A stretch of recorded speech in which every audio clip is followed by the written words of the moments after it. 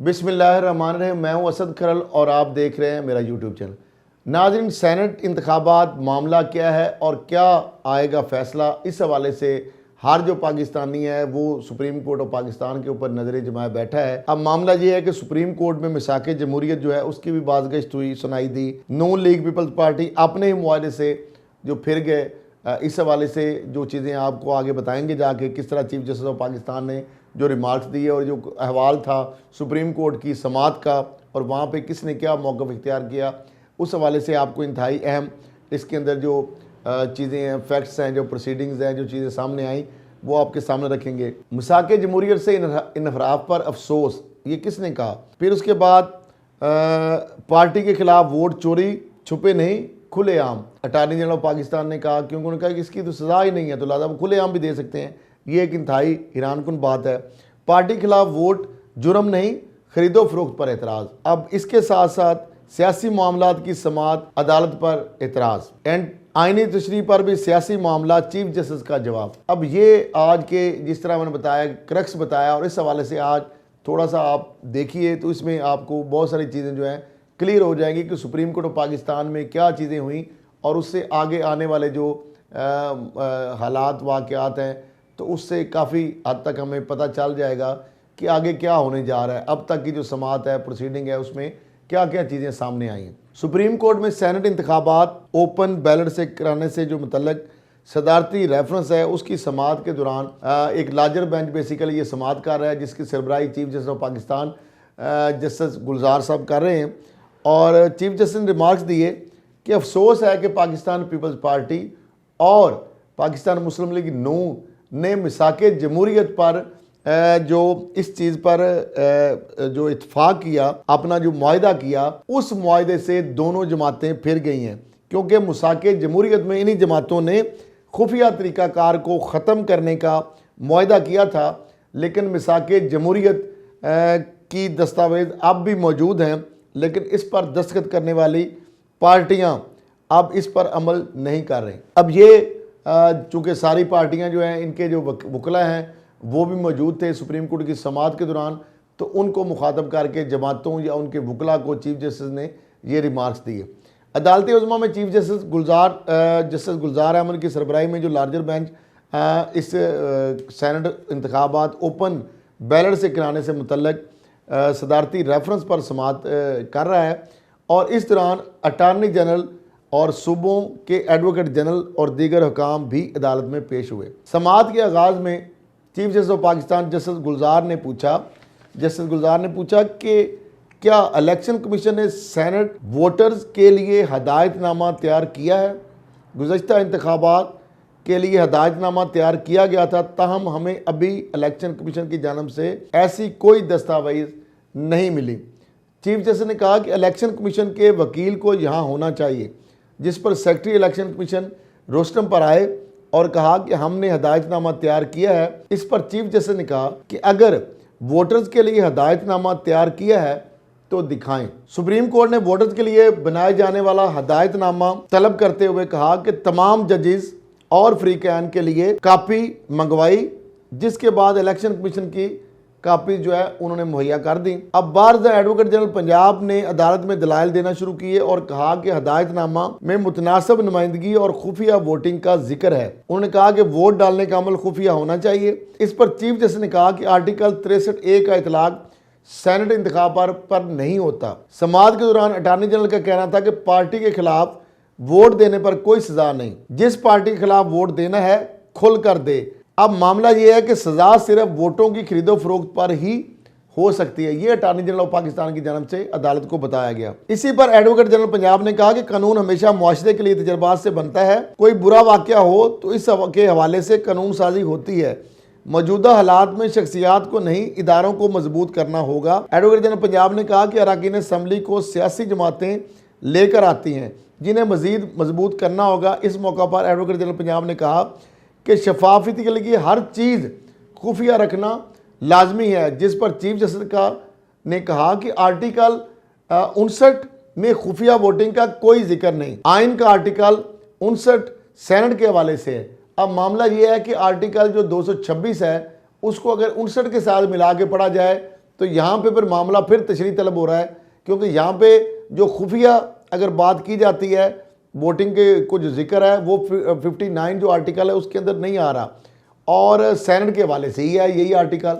और उसके साथ अगर मिला के पढ़ा जाए 218 की सेक्शन 3, जिसके अंदर इलेक्शन कमीशन ऑफ पाकिस्तान को आइनी तौर पर एक इदारा है, इंडिपेंडेंट इदारा है, और उसको वो पाबंद करता है कानून और आइन कि वो इंश्योर करेगा, वो अरेंज करेगा, ऐसे इंतजामात और निसराम करेगा जिससे फ्री फेयर और दयानतदारी से और शफाफियत से इलेक्शन के अंदर हो, और करप्ट जो प्रैक्टिस हैं या करप्शन है उसको रोकने के लिए इकदाम करना। तो ये सारी अगर चीज़ें देखी जाएं तो उसके लिए ऐसे पैरामीटर्स या मैकेनिज्म होंगे जब आप पकड़ सकते हैं। तो उसके लिए तो कोई आपको ऐसे या तो सीरियल नंबर लगाएं या ऐसे कोई आइडेंटिफिकेशन हो जिससे पता चल सके कि अगर कोई जमात जिसकी मतलूबा तादाद से ज़्यादा नशिस्तें अगर कोई ले जाती है जमात, तो पता किया जा सकता है, डिटरमिन किया जा सके कि कौन से ऐसे लोग हैं या अरकान असम्बली हैं या पार्लियामेंटेरियन हैं जिन्होंने अपनी जमातों से हटकर दूसरी जमातों के उम्मीदवारों को वोट दिए, ताकि ये डिटरमिन किया जा सके। तो उससे ही आप अंदाज़ा लगा सकते हैं। तो उसके लिए यही सुप्रीम कोर्ट चाह रही है कि उस शिक जो है 218 की सेक्शन 3 उस पर in letter and spirit election commission of Pakistan अमल दरामद कर सके। और उसके लिए मैकेनिज्म बार बार सुप्रीम कोर्ट कह रही है कि आप बताएं कि कौन सा ऐसा आपने इंतजाम निसराम किया जिससे आप ये रोक सकते हैं या इसको डिटरमिन कर सकते हैं। अच्छा, इसके बाद आ जाते हैं सुप्रीम कोर्ट के अंदर इस केस की समाअत के हवाले से। तो एडवोकेट जनरल जो सिंध है सलमान तालिबुद्दीन ने दलाइल शुरू किए और बताया कि रेफरेंस में उठाया गया सवाल ही गैर मुनासिब है। उन्होंने कहा कि अटॉर्नी जनरल ने कहा कि वो अपने सर पर बोझ नहीं उठा सकते। हॉर्स ट्रेडिंग का सब ने सुना है, किसी के पास शवाहिद नहीं है, अखबारी खबरों और वीडियोज़ तक हॉर्स ट्रेडिंग होती है। इसी दौरान चीफ जस्टिस ने सवाल किया कि क्या कभी सेनेट का इलेक्शन चैलेंज हुआ, जिस पर एडवोकेट जनरल सिंध ने कहा कि अदालत को सियासी सवालात से दूर रहना चाहिए। चीफ जस्टिस ने कहा कि आईनी तशरीह करते वक्त अदालत सियासी काम ही कर रही होती है। तो बारदा इस केस की मजीद समाअत अब जो है अगले रोज़ तक मुलतवी कर दी गई है। और सेनेट इंतखाबात और अरकान के लिए बयान अल्फी का जो मसवदा जो तैयार हुआ है उस हवाले से भी नाज़रीन आपको अपडेट कर देते हैं कि इलेक्शन कमीशन ने जो बोंगी मारी, बोंगी इसको मैं कह सकता हूँ, इससे तो इन हलफनामे जो जिस तरह झूठे गवाह अदालतों में पेश हो रहे हैं, नवाज शरीफ जिस तरह से और शहबाज शरीफ गारंटी दे के वो चले गए बाहर और वो आने का नाम नहीं ले रहे। तो मामला ये है कि ये लोग तो इस तरह के एफिडेविट देते हैं, पहले इन्होंने एफिडेविट भी दी और उसके बाद वो वीडियो भी आ गई जिसमें पैसे दिए भी जा रहे हैं, लिए भी जा रहे हैं, लेने वाले भी मान रहे हैं, देने वाले भी मान रहे हैं, उसको तरदीद नहीं कर रहे। अब इलेक्शन कमीशन के मुताबिक अगर उम्मीदवार ने अपनी पार्टी टिकट के लिए भी रकम दी होगी तो इसे बताना पड़ेगा।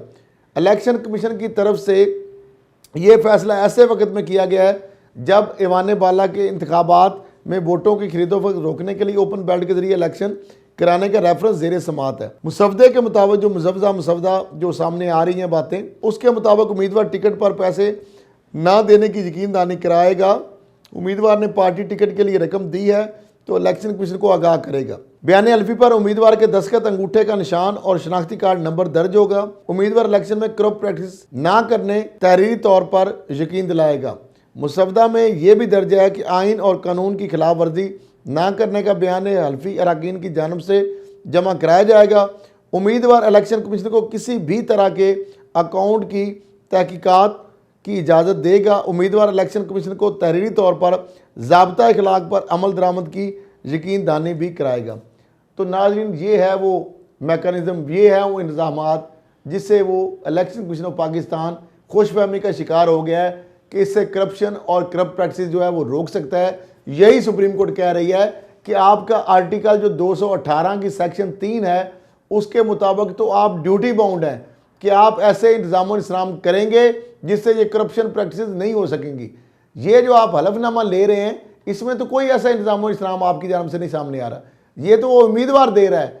तो यहाँ पे तो पाकिस्तान में एक रवायत बन चुकी है जिस तरह अदालतों में झूठी गवाहियाँ दी जाती हैं।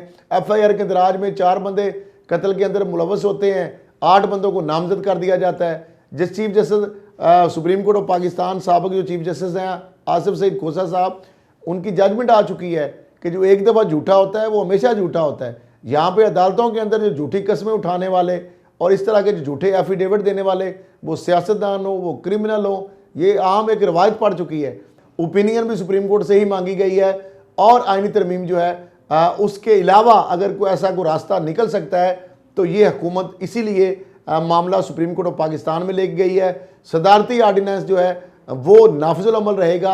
अगर वोट जो है उनसे पहले तक अगर सुप्रीम कोर्ट का फैसला नहीं आता, जहाँ तक मेरी दानिस्त है, बहरहाल सुप्रीम कोर्ट इस पर जो भी फैसला करेगी यकीनन कानून, आइन और आवाम जो है उनकी जो चीज़ें जो एक्सपेक्ट कर रहे हैं सुप्रीम कोर्ट ऑफ पाकिस्तान से, यकीनन उसके मुताबिक वो फैसला करेगी।